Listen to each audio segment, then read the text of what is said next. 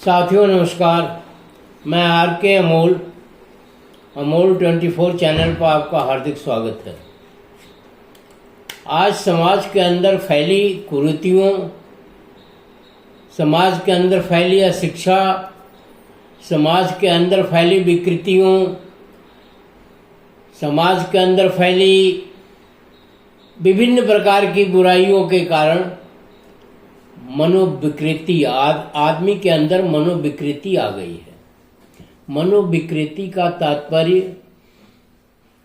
कि उसे किसी चीज से कोई परहेज नहीं है, चाहे जितना जघन्य अपराध कर जाए, चाहे जितना जघन्य काम कर जाए, चाहे जितना नीच से नीच कर्म हो जाए, उसे कोई फर्क नहीं पड़ता।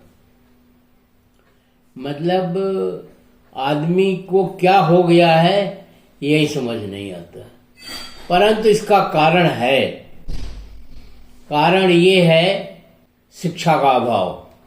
मनोवैज्ञानिक तरीके से रहने की या मनोविज्ञान, सही मनोविज्ञान का अध्ययन या सही मनोविज्ञान का न होना, गरीबी और अन्य बहुत सारे कारण हैं जो समाज में फैले हुए हैं।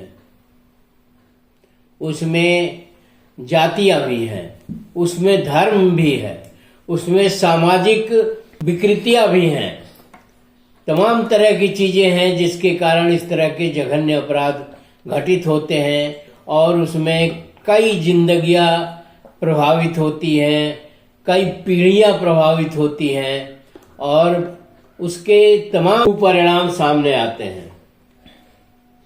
अभी मेरठ में एक खबर वायरल हो रही है जिसमें एक लड़का और एक औरत, लड़का क्या है, दोनों मर्द और औरत हैं, जिनकी एक बच्ची भी है, जिनके पेट में भी एक बच्चा पल रहा है। वो औरत अपने हस्बैंड, अपने पति का ही मर्डर करती है अपने साथी के साथ मिल करके, और उसे ड्रम में, उसके टुकड़े टुकड़े करके ड्रम में डाल करके उसको सीमेंटेड कर दिया जाता है।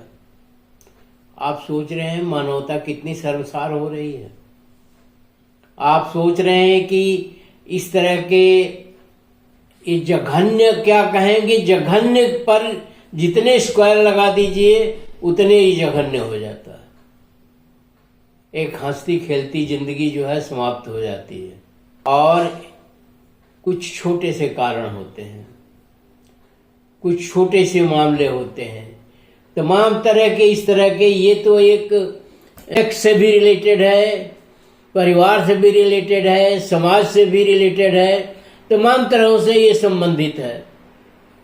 इस तरह के गांव में छोटे छोटे खेतों के झगड़े में मर्डर हो जाता है, आवेश में कुछ छोटी मोटी बातें हो जाती हैं, उस पर हो जाती है, लड़ाई हो जाती है। मतलब एक तरह से वातावरण पूरा जो है देश के, समाज का बहुत ही शोचनीय है। सामान्य सी बातों पर लोग उत्तेजित हो जाते हैं, उसके परिणाम के बारे में सोच नहीं पाते और ऐसी स्थिति में परिवार बिखर जाता है, समाज में व्यतिक्रम उत्पन्न हो जाता है, समाज में बुराइयां घर करने लगती हैं और समाज जो है प्रदूषित हो जाता है या समाज में एक विकृति आने लगती है। ये कोई आज की बात नहीं है, ये पहले भी है। द्रौपदी का चीरहरण, इस तरह की स्थिति पुराने समय में थी, जैसे द्रौपदी का चीरहरण। जो औरत अपने मर्द के सामने नंगा नहीं हो सकती है, उसे भरी सभा में नंगा करने की कोशिश किया जा रहा है। ये मनोविकृति की पराकाष्ठा है। और उसी दरबार में बड़े बड़े विद्वान, द्रोणाचार्य, कृपाचार्य, भीष्म पितामह, जाने कौन कौन बैठे हुए थे और वो किंग कर्तव्य विमूढ़ खड़े सुन रहे थे और सर झुकाए हुए थे। आगे चलिए, रामायण में आ जाइए। अभी कोई व्हाट्सएप पर मैं पढ़ रहा था, उसने कहा जिस धनुष को सीता बाएं हाथ से उठा लेती थी उसको रावण उठा नहीं पाया। जब सीता इतनी शक्तिशाली थी तो रावण ने अपहरण कैसे कर लिया? मतलब तरह तरह की विसंगतियां जो है वो पहले भी विद्यमान थी और आज भी है। कुछ ऐसे लोग हैं जो मनमाना रवैया अपनाना चाहते हैं, मनमानी बातें करना चाहते हैं, वो दूसरे का उनको ध्यान ही नहीं है। राणा संगा इस पूरे देश के थे, किसी एक कम्युनिटी के, किसी एक जाति के नहीं थे। और यहाँ तो संवैधानिक पद पर बैठे हुए लोग कहते हैं जिस जाति के राम थे उसी जाति के हम हैं। ये देखिए दुर्दशा।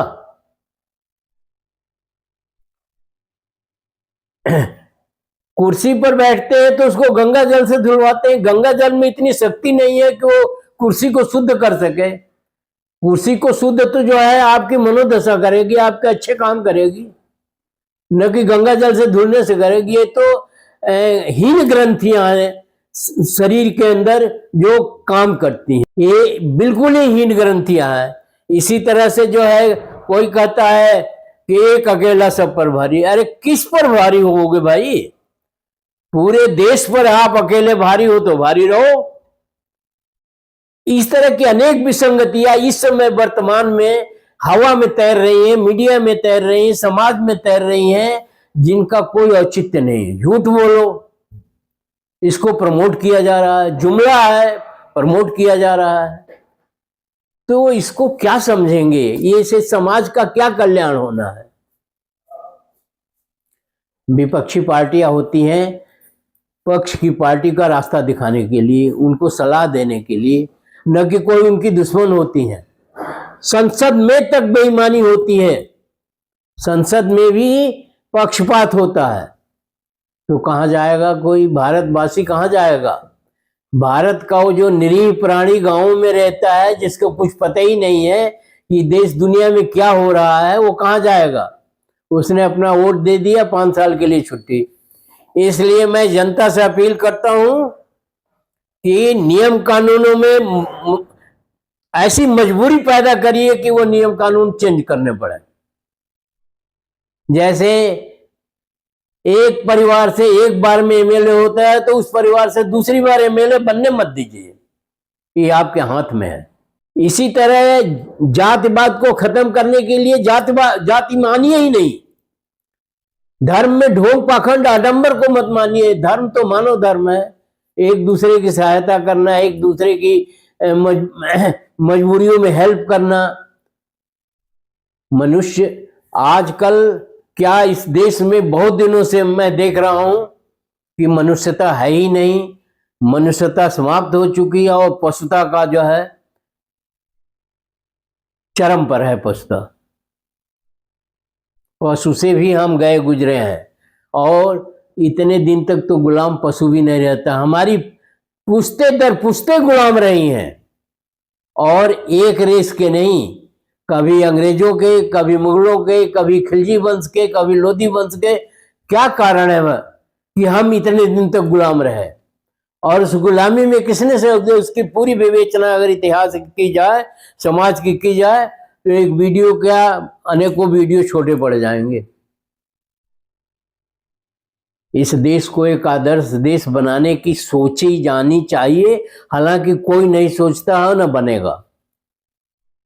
ये मैं दावे के साथ कह सकता हूं कि ये एक आदर्श देश नहीं बनेगा, जबकि प्राकृतिक संसाधन हमारे पास सबसे ज्यादा है।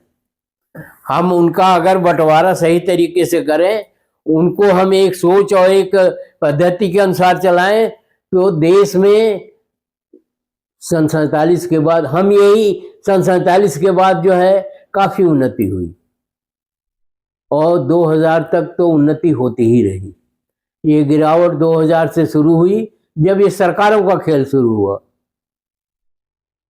प्रांतों में सरकारों का खेल शुरू हुआ, स्वार्थी तत्वों का खेल शुरू हुआ, और उससे पहले भी हो चुका है। मौर्यों के टाइम में हुआ, पुष्यशुंग मित्र ने किया, उसने इस देश को बर्बाद किया, उसको कोई कंडेम नहीं करता है। उसकी मानसिकता को कोई जो है, कुछ लोग बहुत तगड़े में सपोर्ट करते हैं, पर कारण खोजिए कि हम गुलाम क्यों हुए। हमारी सभ्यता का, हमारे धर्म का, हमारे समाज का, हमारे संसाधनों का दोहन हुआ। आप समाज में समाज को खंडित करेंगे तो क्या होगा? वो जागरूकता में तो आता नहीं। किसी की किताब है खंड खंड पाखंड, मतलब हमारे तो नख सिख से लेकर पैरों से लेकर सर तक जो है पाखंड ही पाखंड है, और हम उसको दुरुस्त करने के लिए रंच मात्र भी चिंतित नहीं है, रंच मात्र भी हम उस पर कोई बदलाव नहीं चाहते, क्योंकि उसकी वजह से कुछ लोग जो है मान सम्मान पाते हैं, सुख सुविधाएं पाते हैं, रुपए पैसे उनके पास है, तमाम चीजें हैं जो सेग्रीगेट हो जाती हैं। तो समाज की संरचना अगर इतनी खराब है, इतनी मतलब नीचे स्तर की है, तो इस समाज में सुख शांति कैसे रहेगी? ये समाज उन्नति कैसे करेगा? इसलिए पहली तो जरूरत है शिक्षा। शिक्षा के साथ साथ जागरूकता की जरूरत है, और समता, समानता और बंधुता, इसकी महती आवश्यकता है। मौर्यों के जमाने में जब ईसा पूर्व 322 से ईसा पूर्व 185 तक जो शासन था, और उसको स्वर्ण काल कहते हैं, वो कोई खास बात नहीं थी। बस यही बात थी कि बुद्ध ने कहा था समता, समानता और बंधुत्व। अत्यदीपो भव, अपनी रोशनी आप अपने अंदर से लो, अपनी रोशनी आप स्वयं लो। तो यहाँ तो शिक्षा ही नहीं है, यहाँ तो प्रताड़ना है एक दूसरे को। औरतों की हालत और भी खराब है। जो औरतें समाज की रीढ़ की हड्डी होती हैं और उसी से मनुष्य पैदा होता है, उनमें शिक्षा का पूर्णतः अभाव है, उनमें जागरूकता का पूर्ण अभाव है। वो तो थाली में रोरी चंदन और टीका लेकर के चल देती हैं, और मंदिर में जा करके चढ़ावा चढ़ा देती हैं, और समझती हैं कि इससे मेरे पूरा परिवार का कल्याण हो गया। ये जब तक सोच नहीं निकलेगी कि हमें अपने बच्चे को शिक्षित करना है, हमको अपने बच्चे को अच्छा खाना देना है, हमको अपने बच्चों को अच्छा कपड़ा पहनाना है, उसकी सोच को उन्नत करना है, तब तक मंदिर तो कुछ नहीं करने वाला है। मंदिर तो एक ढकोसला का केंद्र है। एक अगर मंदिर है तो वहां चढ़ावा चढ़ाना बंद करिए, चढ़ावा चढ़वाना बंद करिए, और उसको मनन चिंतन में कन्वर्ट करिए। वहां जा करके लोग ध्यान योग करें, न कि वहां चढ़ावा चढ़ाएं। मिठाई जाती है, मिठाई खाता है कोई, पत्थर का कोई देवता ही नहीं होता है पत्थर का। तो मिठाई का किसको कौन खाता है? एक छलावा है, और ये छलावा धार्मिक रूप से समाज को आगे नहीं बढ़ने देता। सामाजिक विकृतियां भी बहुत है। एक दिन मैंने अपने वीडियो में बताया था कि जमीनें किसी और के पास हैं और खेती कोई और करता है। इसमें सरकारों की सबसे बड़ी जिम्मेदारी है। पीछे की सरकारों को हम छोड़ दें, नेहरू भी कोऑपरेटिव खेती की बात करते थे, लेकिन सुनते थे, हुआ नहीं। इस देश में कोऑपरेटिव खेती चलेगी जहां आपस में सामंजस्य नहीं है, जहां जातियां हैं भिन्न भिन्न, और उन जातियों में दलित है जिनका छुआ हुआ पानी नहीं पिया जाता है, पिछड़े हैं जिनका भी खाना नहीं खाया जाता है, जिनके यहाँ थोड़ा ही थोड़ा अंतर है, तो आप उसको कैसे समानता ला सकते हैं? आप कैसे कोऑपरेटिव खेती कर सकते हैं? और इस सरकार ने तो खेती, किसानों से खेती ही छीनने का उपाय कर लिया, किसान बिल ला करके। न रहेगी बांस और न ही बजेगी बांसुरी। तो खेती किसी और के पास है, और खेत में काम कोई और करता है, मेहनत कोई और करता है। खेती के भी न उन्नत बीज हैं, न उन्नत खाद है, और न खेती के औजार हैं। आशा करते हैं कि जनता से निवेदन भी करते हैं, आग्रह भी करते हैं कि जनता ही इस मर्ज की सबसे बड़ी दवा भी है और इस मर्ज के लिए सबसे बड़ी दोषी भी है, और जनता का ही सबसे ज्यादा नुकसान भी है। मैंने बहुत गरीब लोगों को देखा है जो मतलब बहुत ही दीनहीन अवस्था में रहते हैं, उसके लिए वो स्वयं जिम्मेदार है, और उनको सहारा देने वाला भी कोई नहीं है। उसको शोषण करने वाला तो बहुत है। औरतों का तो इतना शोषण होता है, इतना शोषण होता है कि पूछिए ही नहीं। वीडियो को बहुत ध्यान से पढ़िएगा, और जो भी गलत सही हो हमें कमेंट बॉक्स में बताइएगा। हम उसमें देखेंगे कि क्या हम कर सकते हैं, कितना क्या गलत है और क्या सही है, इसका आकलन करेंगे हम।